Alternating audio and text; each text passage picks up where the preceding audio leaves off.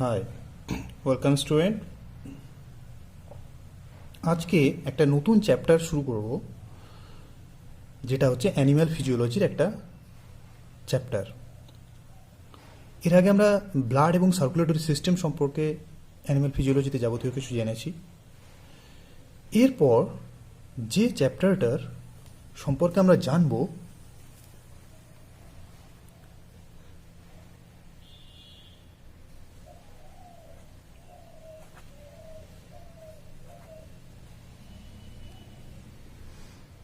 এক্সিরেটরি system বা রেচনতন্ত্র সম্পর্কে জানব।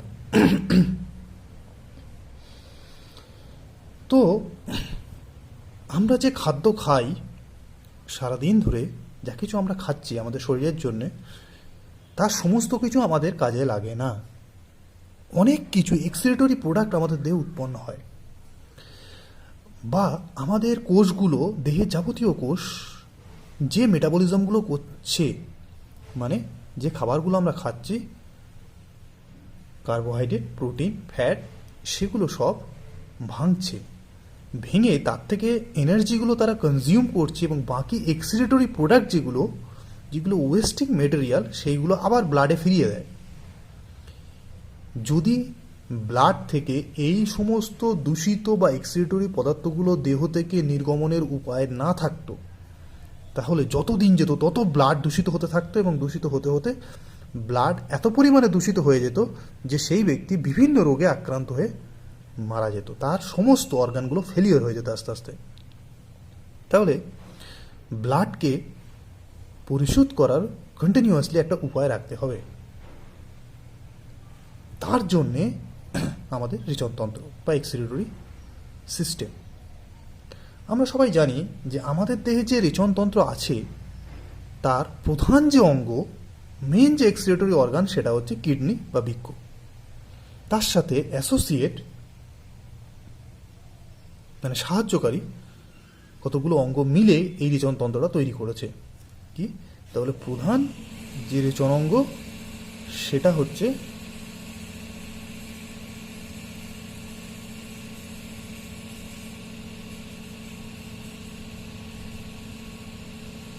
আমরা সবাই জানি যে সিমের বীজের মতন দুটো বৃক্ক অবস্থিত। কোথায় অবস্থিত? না, আমাদের দেহের যে অ্যাবডোমেন বা উদর গহ্বর আছে সেখানে অবস্থিত। পার্টিকুলারলি যদি স্থান বলতে হয় তাহলে ভার্টিব্রের নাম্বার ধরে বলতে হবে। ভার্টিব্রাল সিস্টেম আছে। ভার্টিব্রাল মানে কি? যে মেরুদণ্ড, সেইগুলো কতগুলো ছোট্ট ছোট্ট ছোট্ট ছোট্ট হাড়ের খণ্ড নিয়ে মেরুদণ্ডটা তৈরি। সেই জন্যই আমরা বাঁকাতে পারি, এদিক ওদিক করতে পারি।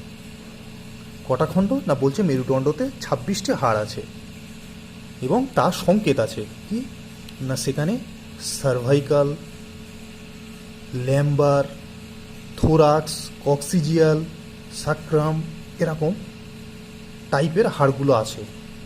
থোরাক্স কটা আছে? না, 12টা আছে। ল্যাম্বার কটা আছে? 5টা আছে। এরকম মোট এই 5 প্রকারের হাড় মোট 26টা আছে। তাহলে 26টা হাড়ের খণ্ড নিয়ে আমাদের ভার্টিব্রি তৈরি। তো এরকমভাবে যে ভার্টিব্রি সিরিয়াল দেওয়া হয়েছে, সেখানে বলছে যে সার্ভাইকাল, তার নিচে যে থোরাক্স আছে, সেই থোরাক্সের 12টা খণ্ড আছে। তো সেইখান থেকে শুরু করে, মানে ওই থোরাক্স বা T12 ওখান থেকে শুরু করে। এরকম ধরো এই জায়গায় যদি ভার্টিব্রি থাকে, তো এখান থেকে এরকম T12 এখান থেকে শুরু হয়, আর ল্যাম্বার 3 পর্যন্ত অবস্থান করে আছে। মানে থোরাক্স 12টার পরে ল্যাম্বার 1, ল্যাম্বার 2, ল্যাম্বার 3 পর্যন্ত এই ভার্টিব্রির ওপরে কিডনিটা মোটামুটি অবস্থিত। তার নিচে আরও মেরুদণ্ড আছে, কিন্তু এই ভার্টিব্রি সোজাসুজি করে উদর গহ্বরে দুপাশে দুটো কিডনি অবস্থিত, এবং সেখান থেকে কিডনির থেকে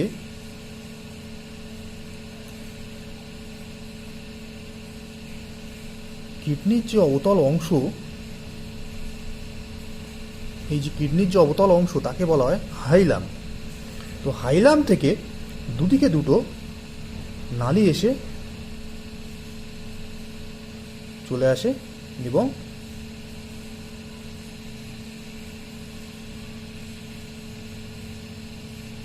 যে জায়গায় এসে মুক্ত হয় তাকে যে জায়গায় যুক্ত হয় তাকে বলা হয় মূত্রাশয়। এবং যে দুটো নালী এখান থেকে আসে তাকে বলা হয় গোবিনী। নিম্ন শ্রেণী প্রাণীদের ক্ষেত্রে এরকম দেখা যায়, কিন্তু উচ্চ শ্রেণীর প্রাণীদের ক্ষেত্রে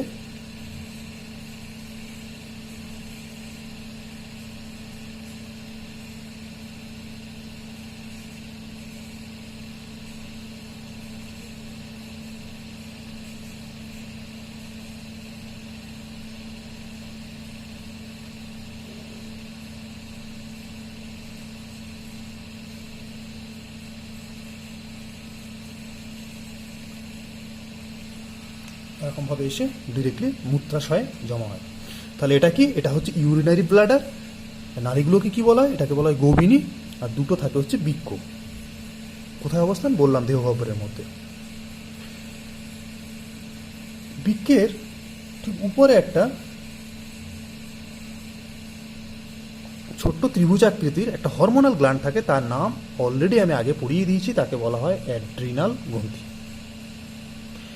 এই অ্যাড্রিনাল গ্রন্থি থেকে একাধিক হরমোন নিঃসৃত হয়, যেখানে অ্যাড্রিনাল কর্টেক্স ছিল, অ্যাড্রিনাল মেডালে ছিল, তো সেটা অলরেডি আমরা পড়িয়ে দিয়েছি, যেখানে হরমোনাল চ্যাপ্টার পড়িয়েছি।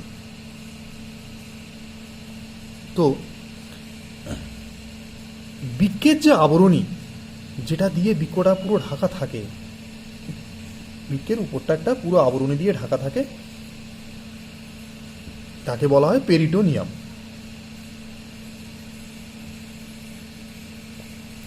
তাহলে বৃক্কের মেন কাজ কি, বা টোটাল যদি আমি আমাদের রেচনতন্ত্র বা এক্সক্রিউটরি সিস্টেম বলি, তার প্রধান কাজ হচ্ছে দেহের মধ্যে উৎপন্ন, দেহের মেটাবলিজমের ফলে উৎপন্ন বিভিন্ন বর্জ্য বা দূষিত পদার্থগুলোকে নির্গমন করা। এখন যদি আমাদের দেহে তুলনা করি, আমরা বৃক্কের সাহায্যে মূত্রাশয় দিয়ে মূত্র হিসেবে দেহের বাইরে বের করি। সেটা লিকুইড হিসেবে দেখলেও তার মধ্যে কিন্তু একাধিক দেহে উৎপন্ন বর্জ্য পদার্থগুলো মিশে থাকে। কি কি ধরনের বর্জ্য পদার্থ?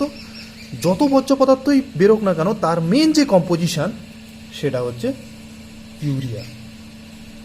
আমাদের দেহের প্রধান যে রেচিত পদার্থ সেটা হচ্ছে কিন্তু ইউরিয়া। তার সাথে ক্রিয়েটিনিন, হিপিউরিক অ্যাসিড, একাধিক বর্জ্য পদার্থ অল্প পরিমাণে,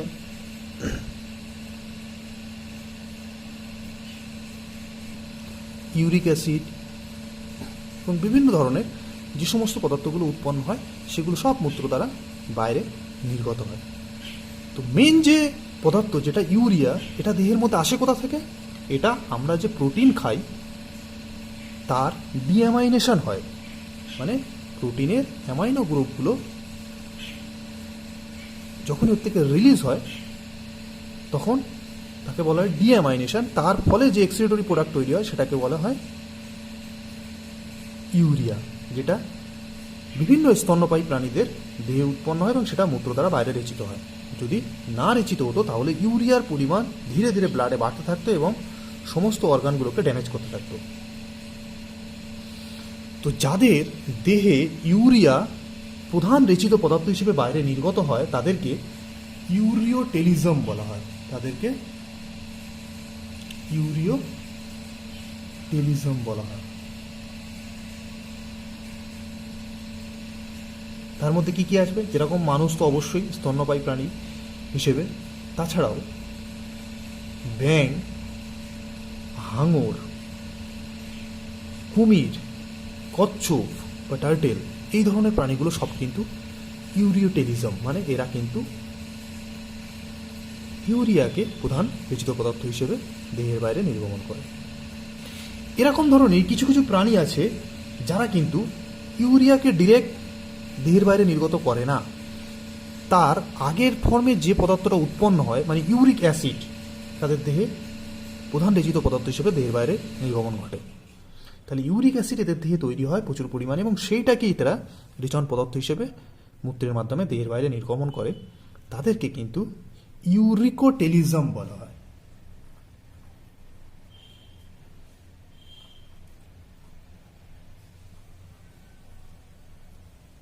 তাদেরকে ইউরিকোটেলিজম বলে।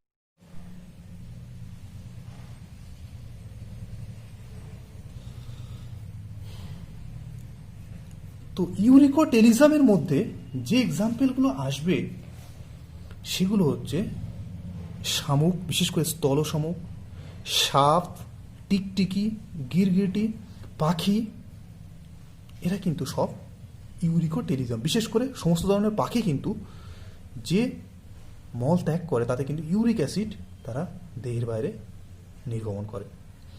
তাহলে ইউরিকোটেলিজম হচ্ছে তারা যারা রেচন পদার্থ হিসেবে ইউরিক অ্যাসিডকে দেহের বাইরে নির্গমন করে। একাধিক প্রাণী আছে যারা কিন্তু অ্যামাইনো অ্যাসিড কে দেহের বাইরে ডিরেক্টলি নির্গমন করে রেচিত পদার্থ হিসেবে। তো যারা অ্যামাইনো অ্যাসিডকে দেহের বাইরে নির্গমন করে রেচিত পদার্থ হিসেবে তাদেরকে অ্যামাইনোটেলিজম বলা হয়। তাদেরকে অ্যামাইনোটেলিজম বলে।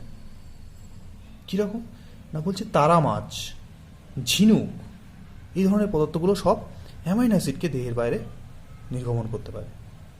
আর প্রচুর প্রাণী রয়েছে যারা অ্যামোনিয়াকে দেহের বাইরে রেচিত পদার্থ হিসেবে নির্গমন করতে পারে, তাদেরকে বলা হয় অ্যামনোটেলিজম।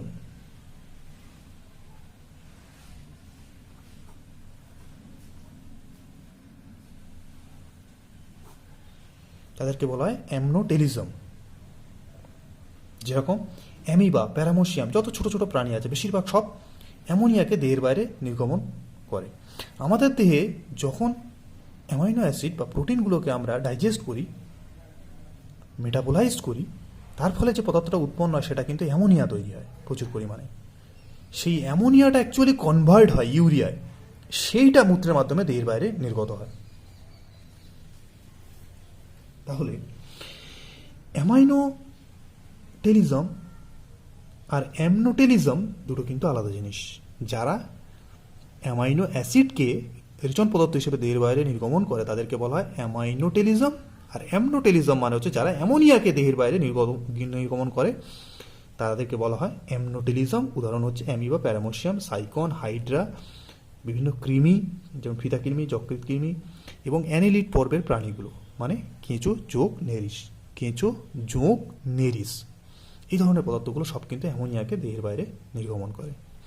তাহলে রেচনের ধরন অনুযায়ী বিভিন্ন প্রাণীগুলোকে ডিস্ট্রিবিউট করা হয়েছে। কারা ইউরিওটেলিক, কারা ইউরিকোটেলিক, কারা অ্যামনোটেলিক আর কারা অ্যামাইনোটেলিক, এটা আমাদেরকে এক্সাম্পল সমেত সংজ্ঞা জানতে হবে, শর্ট কোশ্চেন আসে। এবারে যেখানে বলছিলাম যে আমাদের প্রধান যে রেচন অঙ্গ সেটা হচ্ছে বৃক্ক, দুটো থাকে। অবস্থান বললাম উদর গহ্বরের মধ্যে, থোরাসিক 12 এবং ল্যাম্বার 3 এর মধ্যখানে অবস্থান করে থাকে। কিডনির যে আবরণী তাকে বলা হয় পেরিটোনিয়াম এবং সেখান থেকে অবতল অংশ যেটা কিডনির সেটাকে বলা হয় হাইলাম। সেই হাইলাম থেকে দুদিকে দুটো গভীনী এসে মূত্রাশয়ে যুক্ত হয়। মূত্রাশয় থেকে মূত্রনালী দিয়ে মূত্র দেহের বাইরে নির্গমন ঘটে। মূত্রাশয়ের ভিতরে অ্যাকচুয়ালি বিভিন্ন ধরনের পেশি থাকে, তার মধ্যে ডেট্রুসর পেশি থাকে, ডেট্রুসর এবং স্ফিংক্টর পেশি থাকে, যেগুলো কি করে মূত্রাশয়ের মধ্যে মূত্রকে সঞ্চিত রাখতে সাহায্য করে এবং অনেকক্ষণ জমা রাখতে পারে। স্ফিংক্টর পেশি, মূত্র সাময়িকভাবে জমা থাকে, এই পেশিগুলো ধরে রাখে। এবারে আমরা একটা বৃক্ক সম্পর্কে একটু ডিটেলস জানতে হবে যে একটা বৃক্ককে যদি আমরা প্রস্থচ্ছেদ করি তাতে কি দেখতে পাবো। একটা বৃক্ককে যদি আমরা প্রস্থচ্ছেদ করি মানে কাটি তাহলে তার ভিতরে আমরা কি দেখতে পাবো।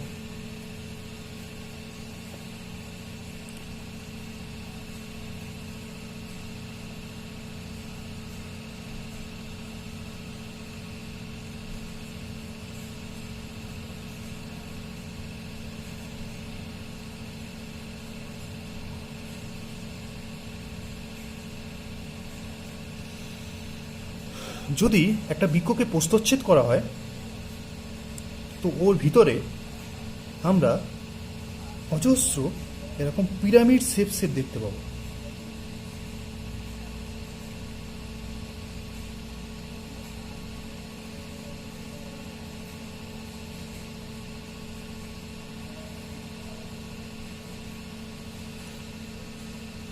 অজস্র এরকম পিরামিড শেপের দেখতে হবে। অ্যাকচুয়ালি ওর ভিতরের জিনিসগুলো এরকম পিরামিড আকারের অর্গানাইজেশন হয়ে থাকে। টোটাল বৃক্ষটাকে কাটার পর অ্যাকচুয়ালি দুটো পার্টে ভাগ করা হয়। কী কী পার্ট? যে একটা বাইরের দিকের পার্ট আর একটা ভিতরের দিকের পার্ট। বাইরের দিকের পার্ট সে বৃক্ষ বলে নয়, যে কোনো অঙ্গেরই বাইরের দিকের পার্টকে সবসময় আমরা কর্টেক্স বলি, আর ভিতরের পোর্শনকে মেডালা বলি। তো এটা হচ্ছে রেনাল কর্টেক্স মানে বৃক্কের বহিরাংশ, আর রেনাল মেডালা। বৃক্কে কি থাকে? বৃক্কে 10 লক্ষ অ্যাপ্রক্সিমেটলি নেফ্রন দিয়ে তৈরি হয় মানুষের ক্ষেত্রে। তাহলে একটা বৃক্কে 10 লক্ষ করে প্রায় নেফ্রন থাকে, দুটো বৃক্কে 20 লক্ষ নেফ্রন, 20 লক্ষের কাছাকাছি নেফ্রন মানুষের দেহে উপস্থিত থাকে। সেই নেফ্রনগুলোর যখন গঠন আমি পরবর্তীকালে পড়াবো, বা আগেও তোমরা জেনেছো যে একটা নেফ্রনের ভেতরে থাকে ম্যালফিজিয়ান কর্পাসেল, রেনাল টিউবিউল, বৃক্কীয় নালিকা এবং কালেক্টিং ডাক্ট থাকে, সংগ্রাহী নালিকা। এগুলো দিয়ে নেফ্রন তৈরি হয়। সেইগুলোই অ্যাকচুয়ালি অর্গানাইজ থাকে বৃক্কের মধ্যে। তো সেই যে এরকমভাবে 10 লক্ষ নেফ্রন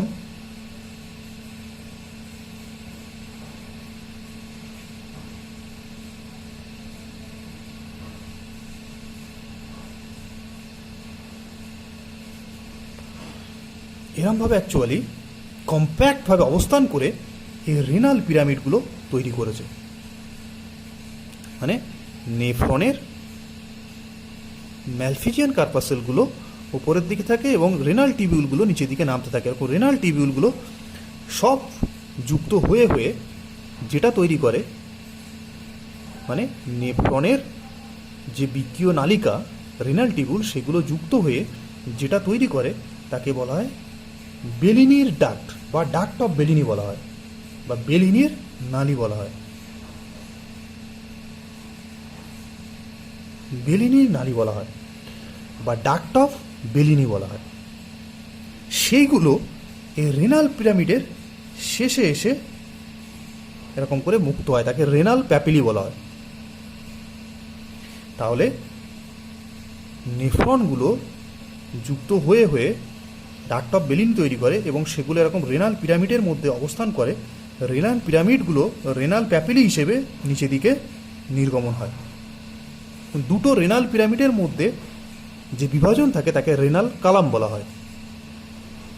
তাহলে কি বললাম, আবার একবার রিপিট করি, যে একটা বৃক্ষকে যখন প্রস্থচ্ছেদ করব, তার বাইরের দিকের একটা অংশ দেখতে পাবো, সেটাকে বলা হবে রেনাল কর্টেক্স। ভিতরের দিকের একটা অংশ দেখতে পাবো, সেটাকে বলা হয় রেনাল মেডালা। বৃক্কের ভিতরে অ্যাপ্রক্সিমেটলি মানুষের ক্ষেত্রে 10 লক্ষ নেফ্রন অবস্থান করে। সেই নেফ্রনের 85% মানে 85,000 মতো নেফ্রন অবস্থান করে এই কর্টেক্স অঞ্চলে, আর বাকি 15% নেফ্রন তারা মেডেলা অঞ্চলে অবস্থান করে। মানে বেশি সংখ্যক নেফ্রনই তার ম্যালফিজিয়ান কর্পাসেলগুলো অবস্থান করে হচ্ছে কর্টেক্স অঞ্চলে, মানে ধারের দিকে।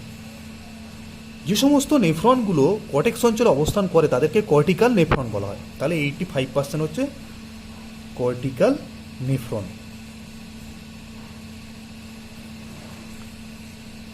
আর বাকি 15% হচ্ছে মেডুলারি নেফ্রন। সাধারণত আমাদের দেহে মূত্র উৎপন্ন করার কাজটা কিন্তু স্বাভাবিক অবস্থায় সব কর্টিক্যাল নেফ্রনই করে, মানে এই যে 85% তারাই মূত্র উৎপাদন করে। এগুলোর কাজ খুবই সীমিত। যখন এরা নন ফাংশন হয়, অস্বাভাবিক অবস্থা রোগ তৈরি হয়, তখন মেডুলারি নেফ্রন কাজ শুরু করে মূত্র উৎপাদন করে। তাহলে যদি কোশ্চেন আসে ডাক্ট অফ বেলিনি কি, তাহলে বলতে হবে যে নেফ্রনের কালেক্টিং টিবিউল বা সংগ্রাহী নালিকাগুলো যুক্ত হয়ে বৃক্কের মধ্যে যে নালিকা তৈরি করে তাকে বলা হয় ডাক্ট অফ বেলিনি বা বেলিনির নালিকা। সেইগুলো যুক্ত হয় কোথায়? রেনাল প্যাপিলিতে, বৃক্কীয় পীড়াকা বলা হয়। সেইগুলো এবারে রেনাল প্যাপিলিগুলো আবার যুক্ত হয় হচ্ছে মাইনর ক্যালিক্সে। মাইনর ক্যালিক্স কি? এরকমভাবে ছোট ছোট নালীতে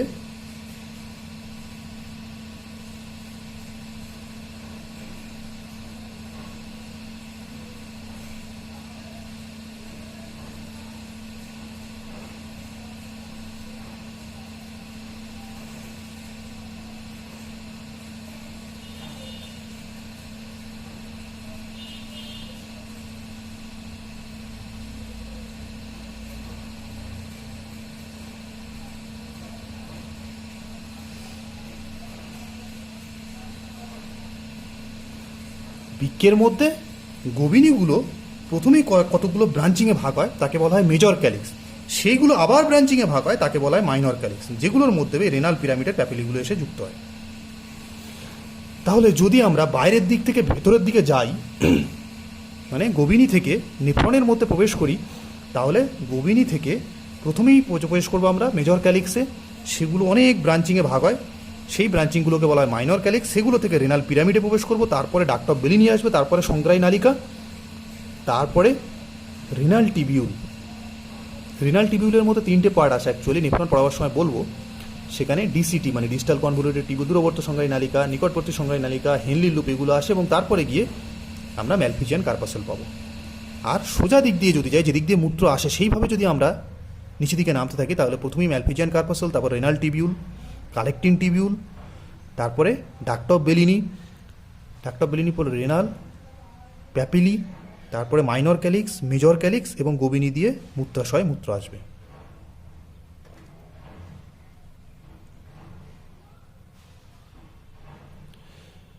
তাহলে প্রথমে আমরা বৃক্ক সম্পর্কে একটা আইডিয়া দিলাম, যে বৃক্ককে কাটলে তাতে কি কি দেখা যাবে, তার ভেতরে কি কি আছে, এবং সেইগুলো সম্পর্কে মোটামুটি একটা আইডিয়া আমরা পেলাম। তোমরা বইতে অন্তঃগঠন হিসেবে, রেনাল স্ট্রাকচার হিসেবে বৃক্কের গঠন সাঁতার বইতে কিন্তু আছে, সেটা করতে হবে।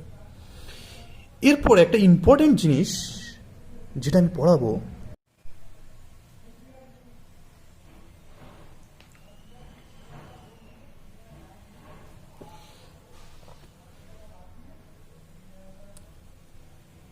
সেই ইম্পর্টেন্ট জিনিস যেটা আমি পড়াবো এরপরে, সেটা হচ্ছে ফাংশন অফ কিডনি বা বৃক্কের কাজ।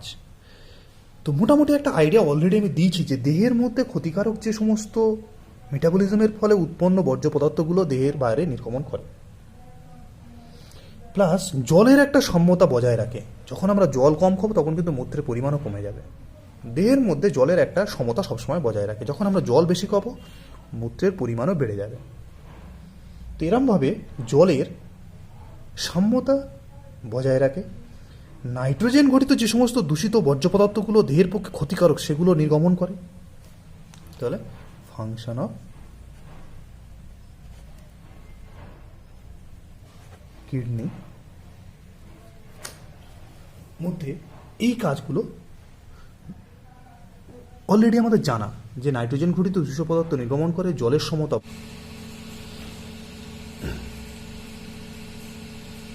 দেহের পিএইচের পরিমাণ স্বাভাবিক রাখা।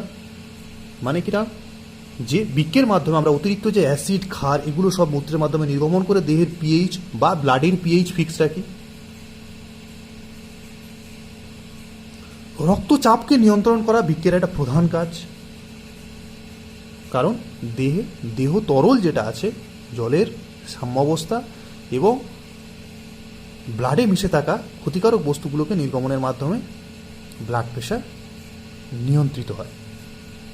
এছাড়াও আর একটা ইম্পর্টেন্ট কাজ, যেটা কোশ্চেন কিন্তু আসে যে হিসেবে, সেটা বলবে যে র্যাশ পাথওয়ে কি লেখো।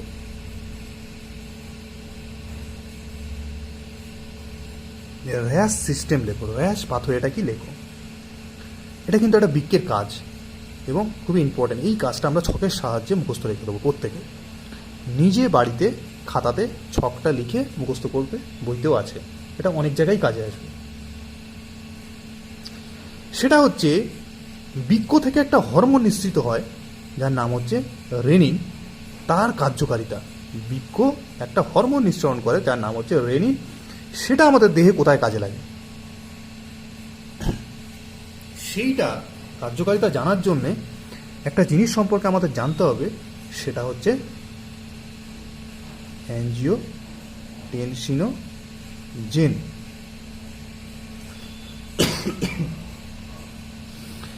অ্যাঞ্জিওটেনসিনোজেন জিনিসটা কি? একটা এনজাইম,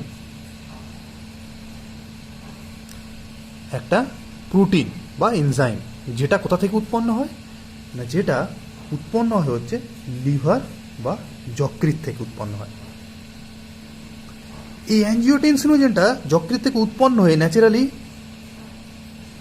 দেহ তরলের সঙ্গে ঘুরে বেড়ায়, কোনো কার্যকারিতা নেই।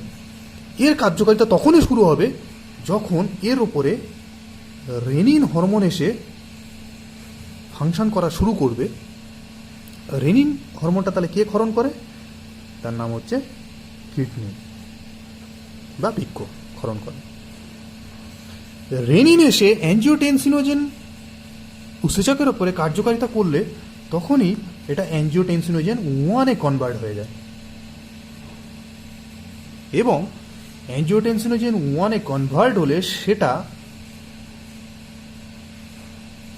ফুসফুসের ভিতরে থাকা জালক থেকে উৎপন্ন, মানে লাং থেকে উৎপন্ন একটা এনজাইম, তাকে বলা হয় angiotensinogen converting enzyme. Angiotensinogen converting enzyme ACE, যেটা ফুসফুস থেকে উৎপন্ন হয়, সেইটার সঙ্গে রিয়াকশনের ফলে অ্যাঞ্জিওটেনসিনোজেন 1 থেকে অ্যাঞ্জিওটেনসিনোজেন 2 উৎপন্ন হয়। তাহলে পুনরায় যদি আমি আবার বলি, যকৃৎ থেকে একটা পদার্থ উৎপন্ন হয়, তার নাম হচ্ছে অ্যাঞ্জিওটেনসিনোজেন। সেইটা কিডনি থেকে উৎপন্ন হরমোন রেনিন দ্বারা কার্যকারিতার ফলে অ্যাঞ্জিওটেনসিনোজেন 1-এ পরিণত হয়। অ্যাঞ্জিওটেনসিনোজেন 1 থেকে অ্যাঞ্জিওটেনসিনোজেন কনভার্টিং এনজাইম দ্বারা রূপান্তরিত হয়ে অ্যাঞ্জিওটেনসিনোজেন 2-তে পরিণত হয়। সেই অ্যাঞ্জিওটেনসিনোজেন 2 এবারে প্রবেশ করে হচ্ছে অ্যাড্রিনাল কর্টেক্সে যায়। অ্যাড্রিনাল কর্টেক্সে মানে কোথায়? কিডনির ঠিক উপরই অবস্থিত অ্যাড্রিনাল গ্ল্যান্ডের বাইরের দিকের লেয়ারটাকে অ্যাড্রিনাল কর্টেক্স বলা হয়। সেখানে অ্যাঞ্জিওটেনসিনোজেন 2 গিয়ে অ্যালডোস্টেরন হরমোন ক্ষরণের পরিমাণ বাড়িয়ে দেয়। তাহলে অ্যালডোস্টেরন হরমোন ক্ষরণের পরিমাণ বাড়িয়ে দেয়। এই অ্যালডোস্টেরন হরমোনের কাজ কি? বৃক্কের ভেতরে প্রবেশ করে বৃক্কের রেনাল টিবিউল দ্বারা বা বৃক্কীয় নালিকা দ্বারা সোডিয়ামের পুনঃশোষণের হার বাড়িয়ে দেয়। তাহলে দেহে যখন সোডিয়ামের অভাব থাকবে, মানে বাইরে থেকে ইনটেক কম করব, লবণ যখন আমরা কম খাবো, তখন এই রেনিন হরমোন ক্ষরণের পরিমাণ বেড়ে যাবে, গিয়ে আলটিমেটলি অ্যাড্রিনাল কর্টেক্স থেকে অ্যালডোস্টেরন হরমোন ক্ষরণের পরিমাণ বাড়াবে। সে কি করে? বৃক্কীয় নালিকা দ্বারা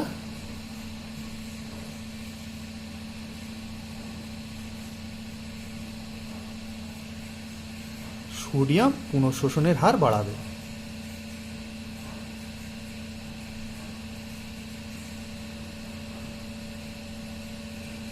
সোডিয়াম পুনঃশোষণের হার বাড়িয়ে দেবে। তাহলে যখন সোডিয়াম দেহে পর্যাপ্ত পরিমাণে আছে, মানে লবণ আমরা মোটামুটি খাচ্ছি, রক্তে সোডিয়াম যথেষ্ট পরিমাণে আছে, তখন বৃক্ক দ্বারা পুনঃশোষণ করার দরকার নেই, মানে রিঅ্যাবজর্পশন করার দরকার নেই, মূত্র দিয়ে বেরিয়ে যাওয়ার দরকার। তখন কি করবে? রেনিন হরমোনের পরিমাণ কমিয়ে দেবে, রেনিন হরমোন ক্ষরণের পরিমাণ কমিয়ে দেবে। যখন পুনঃশোষণ করার দরকার, তখন রেনিন হরমোন ক্ষরণের পরিমাণ বাড়িয়ে দেবে কে? কিডনি। তাহলে কিডনি নিজের হরমোন রেনিন ক্ষরণের পরিমাণ বাড়িয়ে এবং কমিয়ে কিডনি দ্বারা সোডিয়ামের পুনঃশোষণকে কন্ট্রোল করতে পারে। এটাকে বলা হয় RAAS pathway, renin angiotensinogen aldosterone system. Renin angiotensinogen aldosterone system RAAS pathway বলে। এটা সবাই তোমরা মুখস্থ করে নেবে। তাহলে আজকে মোটামুটি একটা স্টার্টিং দিলাম, এবং সেখানে র্যাশ পাথওয়ে সম্পর্কে বললাম, বৃক্কের গঠন সম্পর্কে বললাম, এবং রেননের যে টাইপস,